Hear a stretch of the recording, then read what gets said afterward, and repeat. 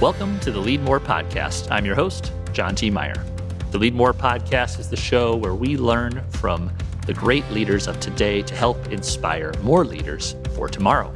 Because I believe the world needs more leaders. And in this episode, just before our election day here in America, I sat down with two South Dakota representatives, Erin Healy and Kelly Sullivan.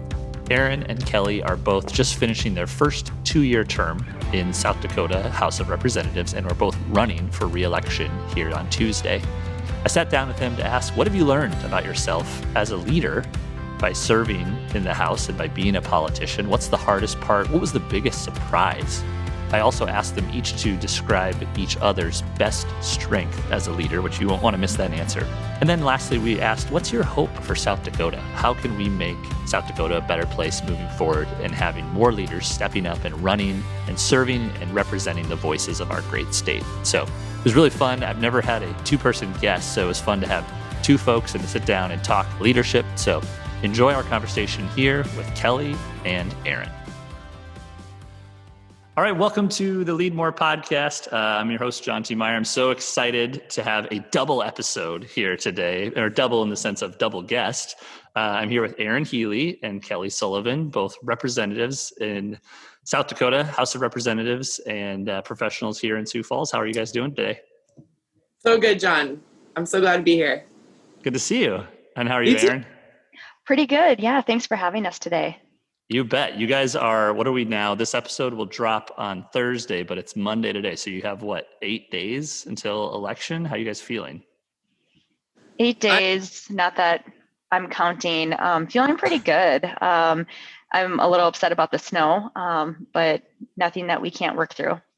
Yeah, I'm definitely ready for it to be over, to be honest with you. But I think I'm feeling as good as one can feel in a race where you have no idea what's actually going to happen at the end. So I feel good. I think Healy is feeling good.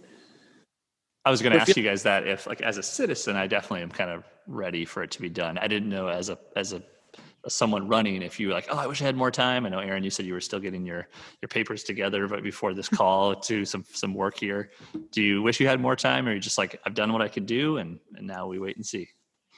I have been out since middle of June, knocking on doors and talking to voters, and my district has been pretty lobbied pretty hard by all of the people running for office these days. So I think they're ready to be done as well.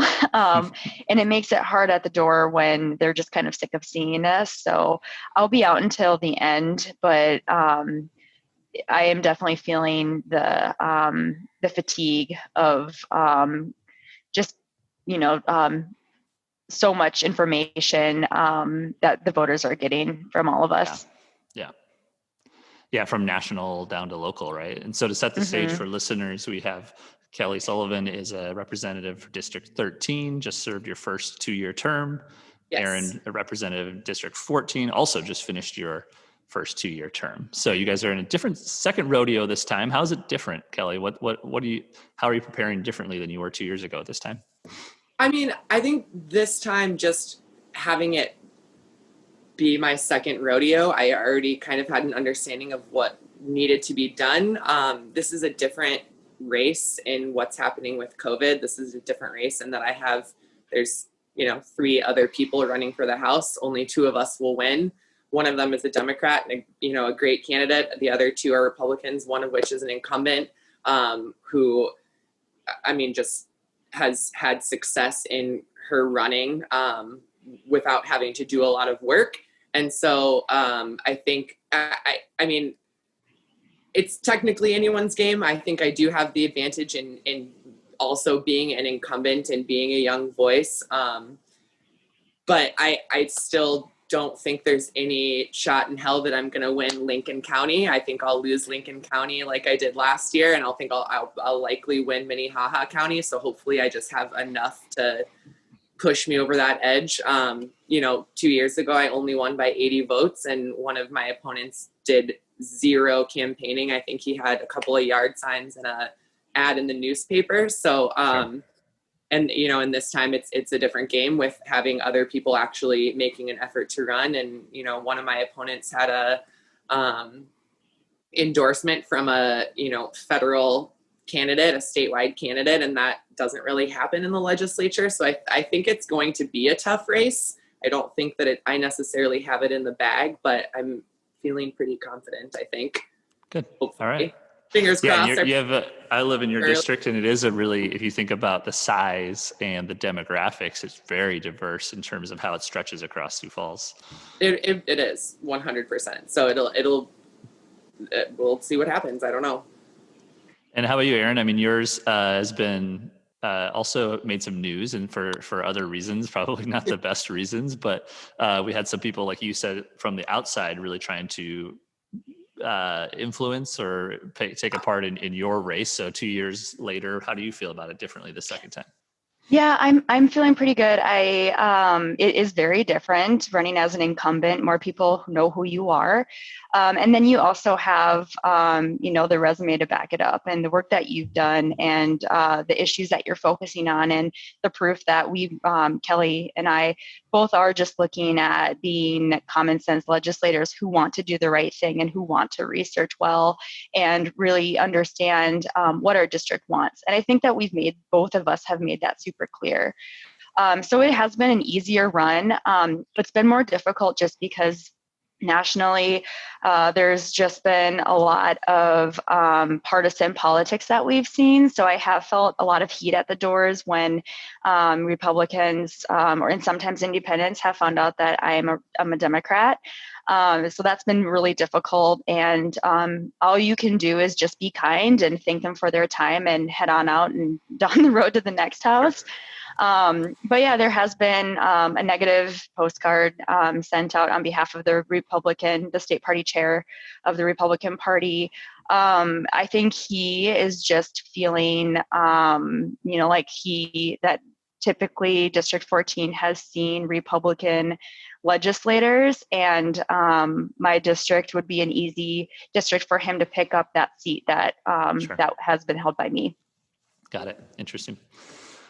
Yeah, and this show, Leadmore, definitely is not a show about politics. We've had a Republican governor, we've had a former Democratic senator on the show, so I really want to focus more on leadership today. And I think part of where that starts, though, for you two is you actually end up being very unique leaders in our state, just given our history, right? Because you are female, because you are young, and because you are a Democrat, we don't see a lot of that combination out in Pierre. So let's start, usually we do an origin story with the guests, but I want to hear, because maybe your guys' paths are similar or maybe not, but 2-3 years ago, whenever that moment was that you thought, I want to stand up, I want to represent the people, I want to, run for office. What was that light bulb moment? Kelly, you want to go first?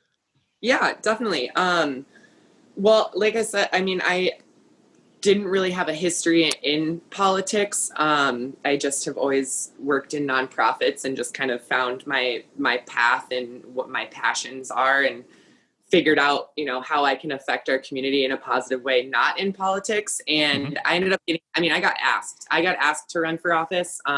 Most people are asked to run for office. Most women are asked to run for office, and they're usually asked about 10 times before they actually say yes. Women specifically. And I was one of those women. I said, no, I'm not the person. I'm not the person. That's not my game. That's not where I'm at. And I got asked, I think they went down enough, where I just realized, holy hell, we need leaders. I can be that leader. I can be that voice. I didn't realize it at the time. I just decided to kind of jump in and, see where it took me. And it ended up being a really positive thing for me, I think, for our community, for our district, for our city, for our state, to have different voices in a place where we really need diversity, and we need women, and we need young voices. And so, it kind of came out of nowhere a little bit for me, honestly. And it was a jump that I wasn't planning to make in any way, shape, or form. A little bit different from, Healy has, kind of had politics in her background and in her mind and in her life. And that was just not the case for me. And so it's been an interesting ride for sure, because I never, ever Sure. expected to be here. Yeah, Never. I mean, not quite 4 years ago, you organized the first Women's March in Sioux Falls in that Yes. January after President Trump was elected. And that was what, hundreds of people showed up. Was it thousands? It was thousands, yeah. And I think up until the Black Lives Matter protests this year in 2020, it was the largest public gathering in our state's history. And I think the Black Lives Matter protests actually exceeded that. But it was, I mean, that was a huge turning point for me. I wasn't even able to speak in front of 5 people publicly without my hands shaking, let alone, 3,300 people. So, I mean, it was just a turning point for me as far as realizing that I did have a voice, I do have a voice, and I had the ability to be a leader and to be on a different path than I necessarily thought I would be on. That's great. So it took a lot of people kind of nudging and poking you, and you finally sort of believed in yourself, and obviously they were right. They believed in you correctly. 100%. And I appreciate that, because I'm at the point now where I'm like one of the nudgers. I'm like, all right, so when you're running for office, okay, I'm gonna ask you in a couple of months, do you want to run for office? How about 2022? Are you ready for this? Like, I'm becoming that person, because we need leaders so desperately in this state, and we need young voices and we need diverse voices, and it's just not, we're getting there, but it's slow moving. And so I've become one of the nudgers. Great. That's great. And Erin, we talked off air. Your story is a little bit different. Something that you were interested at the collegiate level, but did you also think you'd run someday, or did that take like right time, right place? It definitely took the right time and the right place. I always thought I would run. I didn't realize I would be in my early 30s when I made that jump and that leap into politics. But there's a time for everything, and it seemed like the right time. I was also very frustrated with not hearing my voice in Pierre, and feeling like there was a lot of legislation that was unnecessary that normal people just don't care about. And there's so many issues that go untouched, and so many important problems that we have to solve in our state. And I think Kelly and I both were able to recognize that and use that when we were originally running for office as a reason why we should be elected. Got it. Interesting. So you guys go out 2 years ago, and the joke is always you got to go to Pierre in January. For anybody listening outside the state, not the no tropical destination, and it's kind of out on the prairie, and it's cold, and it's January. You guys first get there. Help the listeners understand, like, what is it like? How do you is there any prep work? You just basically show up and you learn on the go. I know that the schedule is Monday through Thursday. It's January, February into March. It doesn't lend itself too well for young professionals like yourselves in terms of schedules and traveling, commuting, jobs, if you have a family. So just help us kind of understand 2 years ago what you guys were going through when you first showed up. Who wants to go first? I think we were given a 2-day training. Is that right, Kelly? 2 days? Yeah. Or 1.5. So you really don't get too much before you're just kind of thrown into it, but you really just need to learn by being there and by being present and paying attention. There's so many rules to follow. There's so many ways that, like how committee is ran, and how you even address the committee chair, how you address the members of the House when you're speaking on the House floor. I don't know about Kelly's experience, but it's very difficult to get used to at first, but then all of a sudden you do kind of get in the swing of things. And I think by the end of the first year, Kelly and I were both feeling pretty good about understanding protocol, and there's still so much to learn. I have the rule book right here at my desk with me. So it's not like I study it every day, but the better you know this rule book, the better legislator that you are, really. Yeah, I feel like as soon as we got there, it was you're just kind of thrown to the wolves. And, I was really fortunate in both of the committees that I served on, where I had, colleagues that helped. We would chat after, our first few committee meetings, and they would give me little pointers, and that was Democrats. And there's only one other person in my party on our committee. And so it was Republican colleagues that were like, hey, like that was a great question, or just like getting that encouragement from colleagues to me was huge. I mean, it was hugely important, and just like giving me that confidence I needed to ensure that I was there and doing the job that I should be doing.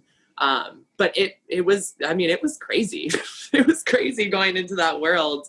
Cause I mean, I'm in the hospitality industry. I'm not a business professional. Like that was a completely different world for me personally. And it was, what do they say, Healy? They say, it's like drinking out of a fire hose. Fire hose. The phrase in Pierre is when you get there, it's like drinking out of a fire hose, where it's just blasting at you. It's a ton of information.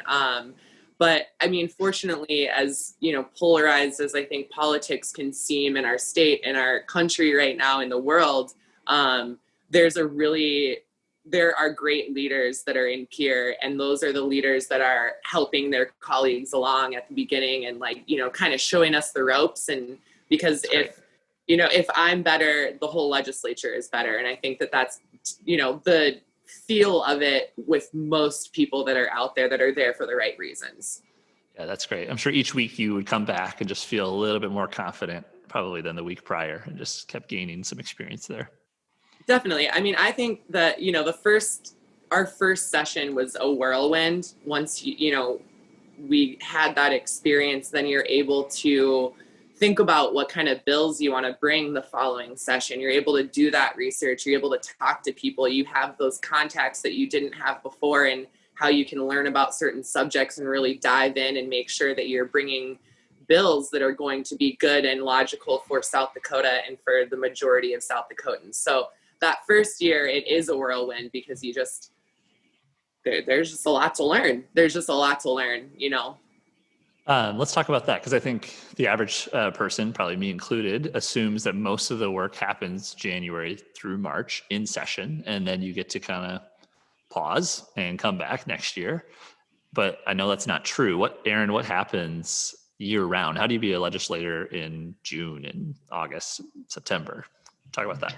Well, this year's very different because of COVID-19. So, but not a day goes by where you're not thinking about a task that has to be completed for our legislature. So, for instance, I've served on 2 mental health task forces that meet about once a month. And we are constantly trying to figure out ways to make mental health more accessible in our state, and talking to the stakeholders within our communities to really make sure that when we get to that committee hearing, we can run smoothly and get the work done. There's also a lot of people who have reached out to us. I know a lot of us in Sioux Falls have heard from our constituents about not getting their unemployment benefits when COVID hit. So I know I've been helping them. I know Representative Duba has helped a few people. Kelly's nodding her head, so it looks like she's probably helped a few people.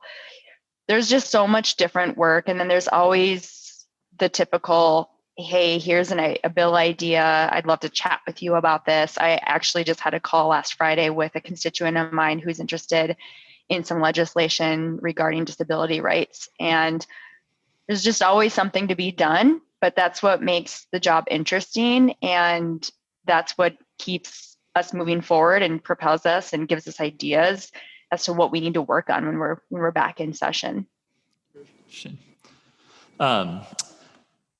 Any talk of, speaking of COVID-19, what's it going to look like in the upcoming session, assuming, you guys both get elected again and go back? Anything, or maybe not, given maybe where South Dakota's at right now? I think that's a question we don't necessarily have the answer to yet. I know that our state has been working hard on getting technology in order to make this kind of situation available in Pierre, so that if there are people that are in a vulnerable state, we do have older folks that are in the legislature that serve in different staffing positions in the legislature. And if those folks are not, comfortable in being actually in Pierre, I know they are working on that.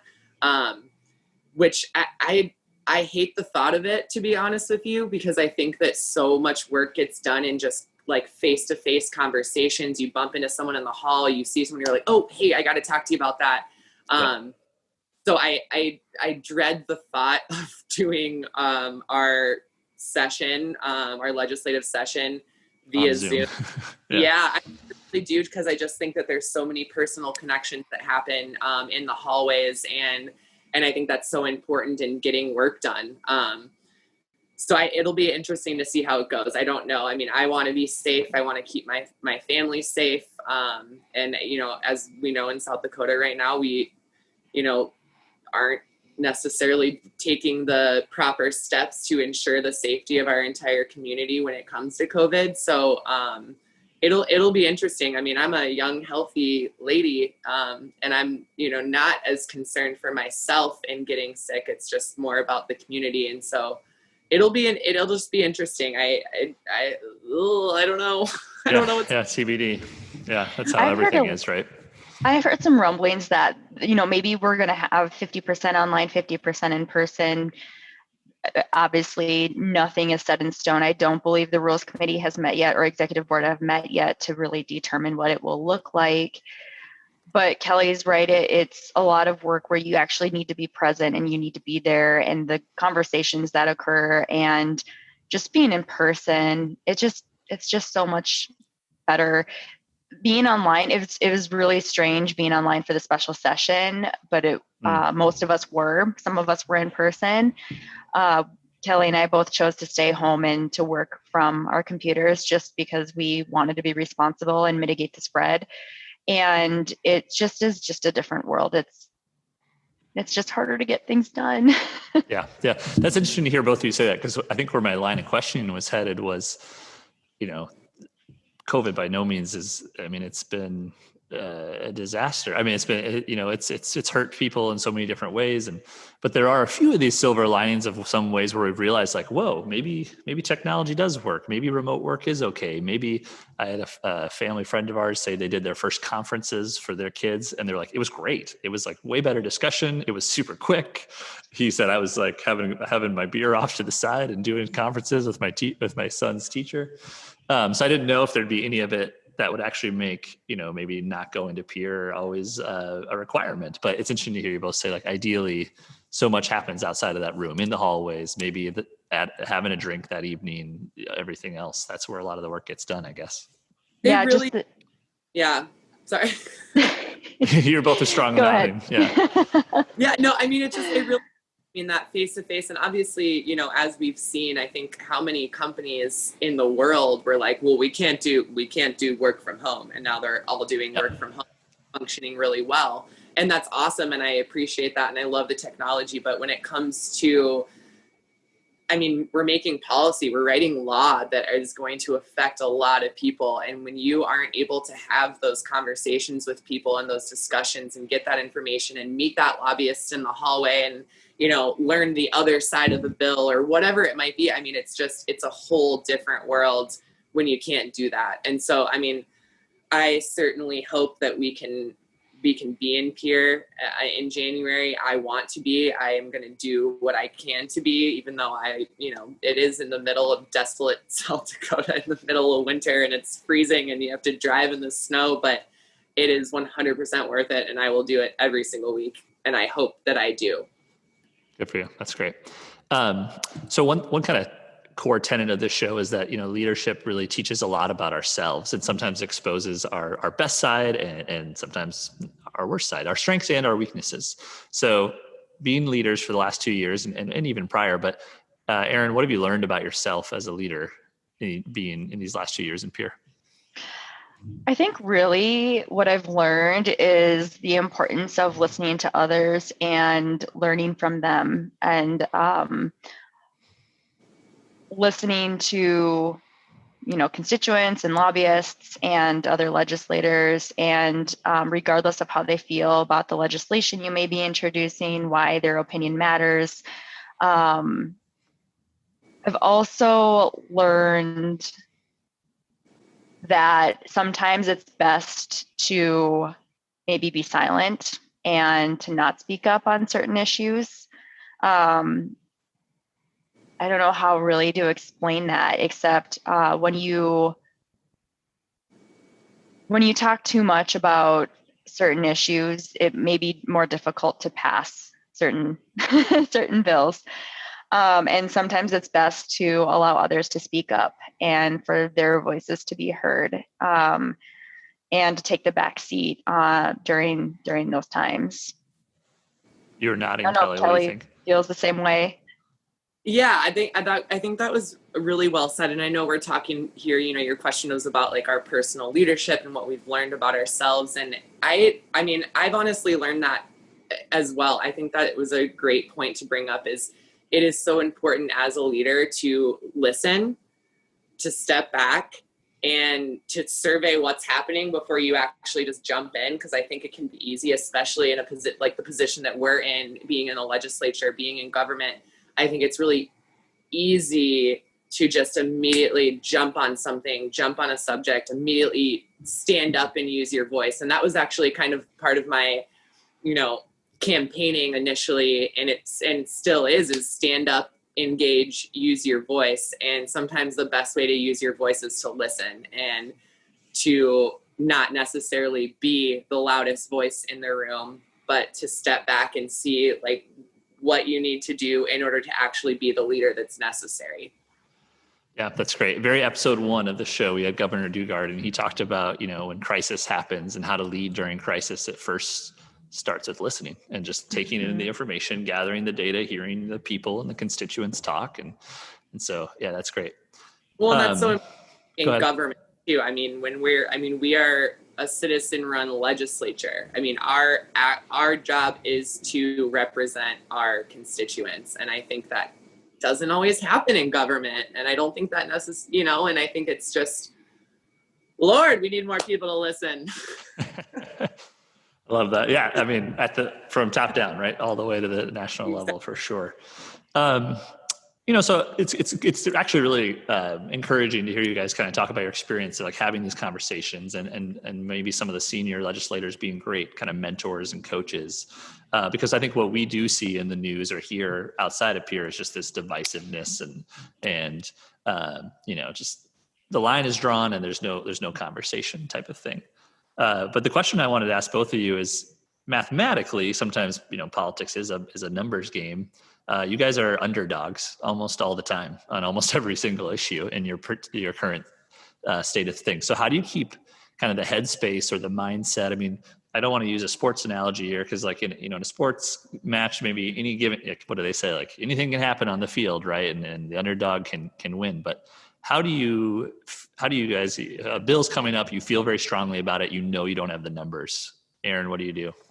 Well, I think my Early Learning Advisory Council is a really good example. It's a common sense piece of legislation that a lot of people in our state care about.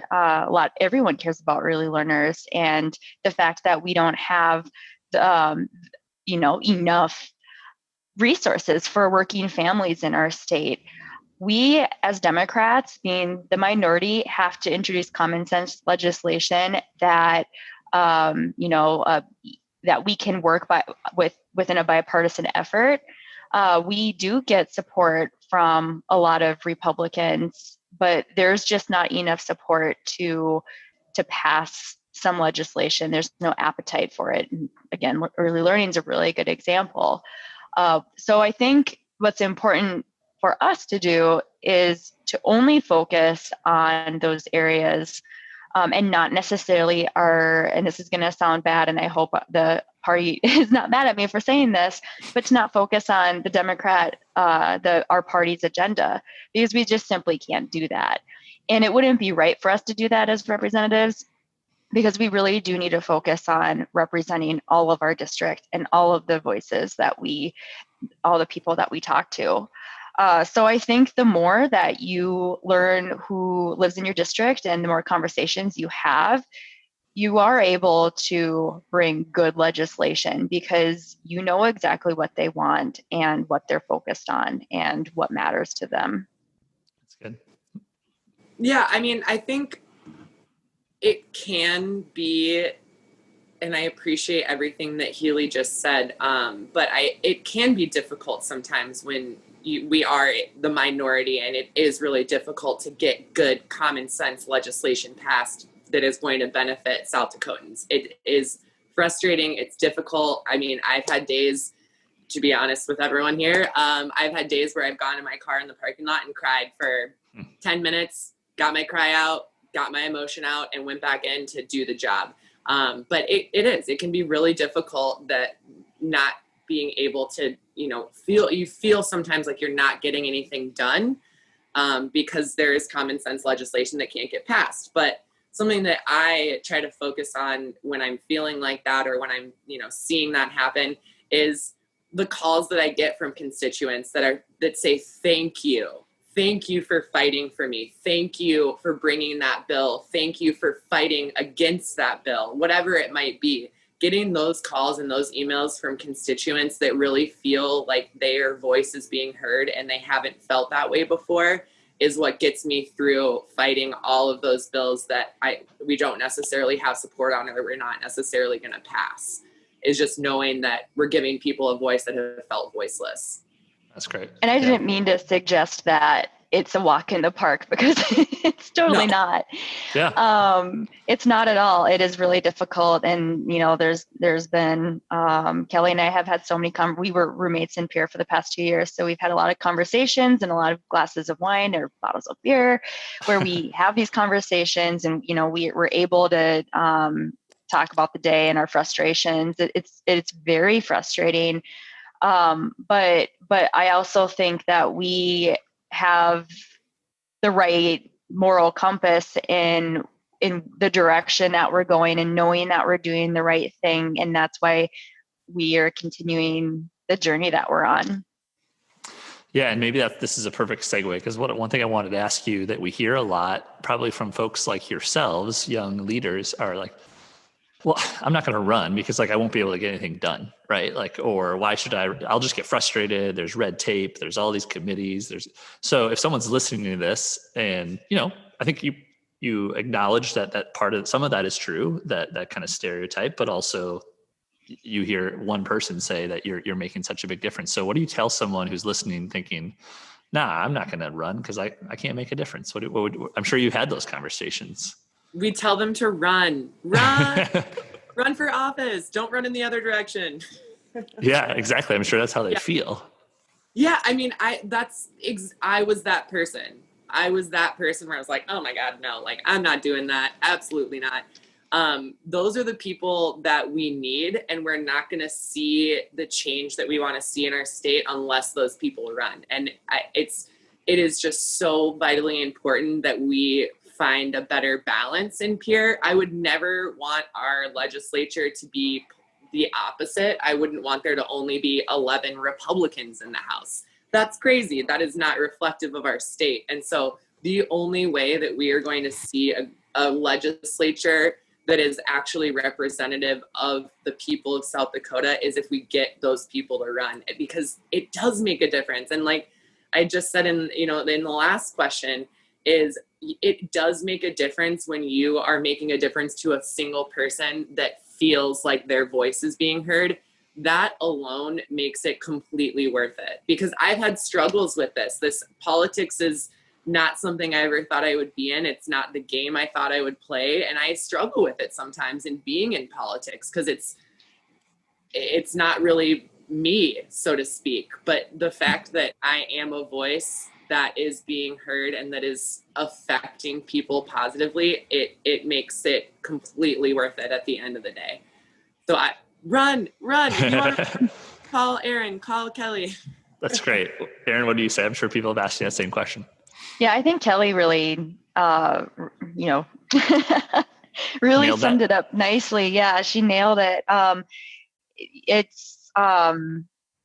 We just need more people who are willing to do the right thing and have common sense and care about meaningful legislation. And none of the legislation that has really burnt up our time and our energy. That's what's really difficult, is those bills, they really take time away from our meaningful legislation that we really should be focusing on, and that actually makes a difference here in our state. So I would encourage everyone who's thinking about it to run and to, shove that little voice in their head aside, because we've all felt that way too. But here we are still managing to make this work. And, I hate to use the word fight, but fight the good fight. Yeah. Well, thank you to you guys, because I think it's already intimidating, but then when you also don't see yourself represented in any shape or format, it makes it seem even more impossible. And so really important for, young females like you guys to be out there and doing it. So thank you. I want to finish with a few rapid fires, and we're going to get both of you because these are like shorter answers, but we'll start with Kelly. What was your biggest kind of like WTF moment and being out in Pierre, like something that's just like, wait, it worked, it does what, or this is how it works, or just something that seems so silly, or like that we would hear kind of inside baseball and be like, whoa, for those of us who, Okay, so this is really funny, rapid fire. Literally the first thing I thought of has nothing to do with government policy, legislation, anything. I thought of that legislators like to karaoke. It's a thing. It's like on Wednesday nights at the Ramkota, people go and karaoke, and it's like a way to decompress a little bit, and like a lot of great conversation happens in those moments. Legislators like to karaoke. Who's the best singer in Pierre? Jamie Smith really kills it. Arch Beal as well, which is kind of like a random thing. Yeah, karaoke was the WTF. I was like, what? Okay, well, I'm gonna do some Shoop. I'm gonna do it, and which I will never do again. That was super embarrassing. Once you realize the lyrics of Shoop and you're doing I loved it. That's great. How about you, Erin? What was something that you were just like, wait, what? Mine comes from a piece of legislation. So, when you're thinking of a bill, you're obviously thinking of all of the proponent testimony, what people are going to say, all the opponent testimony, what the main points that they're going to argue against. And actually mine came from the early learning education, the advisory board bill that I introduced 2 years ago. And that was when I was told that preschool apparently is influencing the socialist LGBTQ agenda. And that was just a like WTF moment. Like, what? What Pushing is this? I've never heard at the preschool level. I've never heard this before. And so it just goes to show you that like there are so many wonderful lobbyists in Pierre who will give you correct information and make sure that you are informed on so many issues. But there are a few lobbyists out there, if you can even call them lobbyists, who are just there with garbage facts, not real facts, and information that's just not true. And that I feel is like what we often find ourselves fighting the hardest out in Pierre. So that was my WTF moment. Yeah. So this time we'll go the opposite way so that Kelly gets more time to think this time. So I want to hear, this is the first time we've ever had two guests on the show at the same time. So Erin, what is Kelly's best trait as a leader and a representative? She really holds true to herself and what she believes in her values. There have been so many times where our caucus is talking about how we're going to vote on a bill, and we might agree to vote one way because of strategy. And Kelly's like, no, I'm not doing it because that's not right. And I'm going to vote how I want to vote. And it's just so impressive that she's able to use that voice and to be that advocate when we're all doing the right thing our own way. But Kelly has just such a good moral compass on her and just knows right from wrong. That's awesome. Thank you, Healy. And I'll let you answer the same for Erin. Kelly. Yeah, I mean, Healy has been a person that I've looked up to as a leader in the legislature because of just how she handles herself, how she researches. If Healy is speaking on something, she knows it up and down, left and right, frontwards and backwards. She knows everything about it, and you are not going to be able to question what she is saying because she knows it so well. And that is something that I don't think happens enough in Pierre and doesn't happen enough in our government. People don't know what the hell they're talking about. And if Healy is talking about something, she knows it. And she uses her voice in such an eloquent, articulate, effective way when she is talking about something that matters and talking about policy and talking about a bill. That is so invaluable. I mean, it's just an amazing quality and trait to have, especially if you're a leader in government, which Healy is. That's great. Thank you, Kelly. You can tell we love each other. Yeah. It's good. I think sometimes we don't actually say the things that we really think about the people that are the closest to us, right? Family, friends, coworkers. So I wanted to give you guys a chance to do that. Okay, so last one. In a year that has been often maybe devoid of hope, and just it's been a challenging, difficult year. We have the national election next week. We have the state elections. I want to hear from you guys. What's your hope for South Dakota as we look toward the future? Leaders have to craft a vision. Leaders have to see a future, a better version of today for tomorrow. And whoever wants to answer that one, well, what's your hope for South Dakota, for our state? Yeah, I can start, give Healy a moment there. My hope for our state, I'm feeling really optimistic about the upcoming election. I always do, whether I should or shouldn't. I am feeling optimistic about it, that we're going to get some really good leaders elected. And I think that's a really important piece of making sure we have a great South Dakota. My hope is that the leaders that we do have and that we do elect will be just that they will be the leaders that our state needs. Because I don't necessarily feel like, and I think a lot of people in our state don't feel like we've had the leadership that we need. And I think if we as leaders can just be real and look at the tasks at hand, we have a chance for South Dakota to get out of what we're in right now, because we are not in a good place. And unless we do what is needed to be done instead of what maybe someone thinks should be done, I think that we have hope. But I tend to be, like I said, I tend to be optimistic. I think that we might swing a little left for a minute and find the balance that is necessary for good leadership in our state that covers all of the ground. That's great. Erin, what do you hope for South Dakota?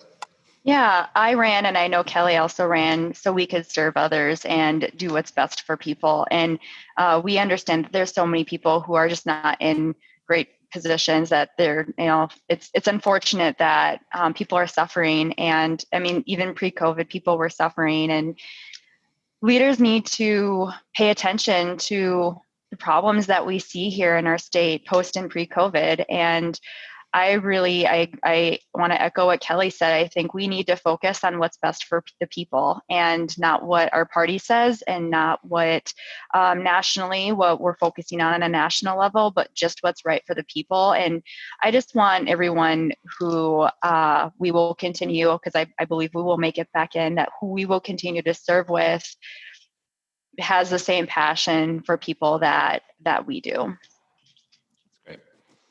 Well, thank you for both of you guys. Thank you for your time today, but also for your time out in Pierre. I know that serving isn't, it's not a high-paid gig. It's not. It requires a lot of time, a lot of effort, but I know you guys both have a passion for it, and you're doing it well. So thank you. Thank you. And yeah, Erin, remind us. It's a hard job, but it's fun. Good. That's good. I'm glad. It should be fun. I'm sure. From a leadership standpoint and just a life standpoint, the growth and the learning opportunities, I bet in 2 years have been tremendous. Mm-hmm. Amazing. I'm a completely different person than I was 2 years ago, and I think the best ways. Mm-hmm. So Erin, I know for anybody in District 14, we have to make sure they know what day we can vote, since there's been some confusion on that front. What day can we vote? You can vote now, actually, downtown at the Minnehaha Election Center, 220 West 6th Street. I've memorized that. So you can actually go now. Now can be your election day. But if you want to wait until the actual election day, November 3rd, check out your precinct online. If you have any trouble figuring out where you go to vote, you can find that information online. Perfect. Well, good luck to you both. And thank you again for the time. I know you have some busy days ahead here for about one more week. So good luck. And thanks again for coming on the show. Much. Thanks for having us. See you guys. All right, and that's the end of our conversation with the representatives Erin Healy and Kelly Sullivan. Thanks to them for their time and, of course, for serving regardless of your political side, your political party, your political stance. We just need more great people who want to step up and to lead. All right, now remember, you can find me on Twitter, on Instagram, and Facebook at John T. Meyer. You'll learn more about upcoming episodes as well. You can check out leadmorepodcast.com or wherever you listen to podcasts. And lastly, if you want more great content around leadership, we have a community to support you and wherever you are in your leadership journey, just beginning, thinking about it, or far along. Check it out. It's called the Leadmore Community, and you can find more at leadmorecommunity.com. All right, we'll see you later. Talk with you again next week. Until then, be well.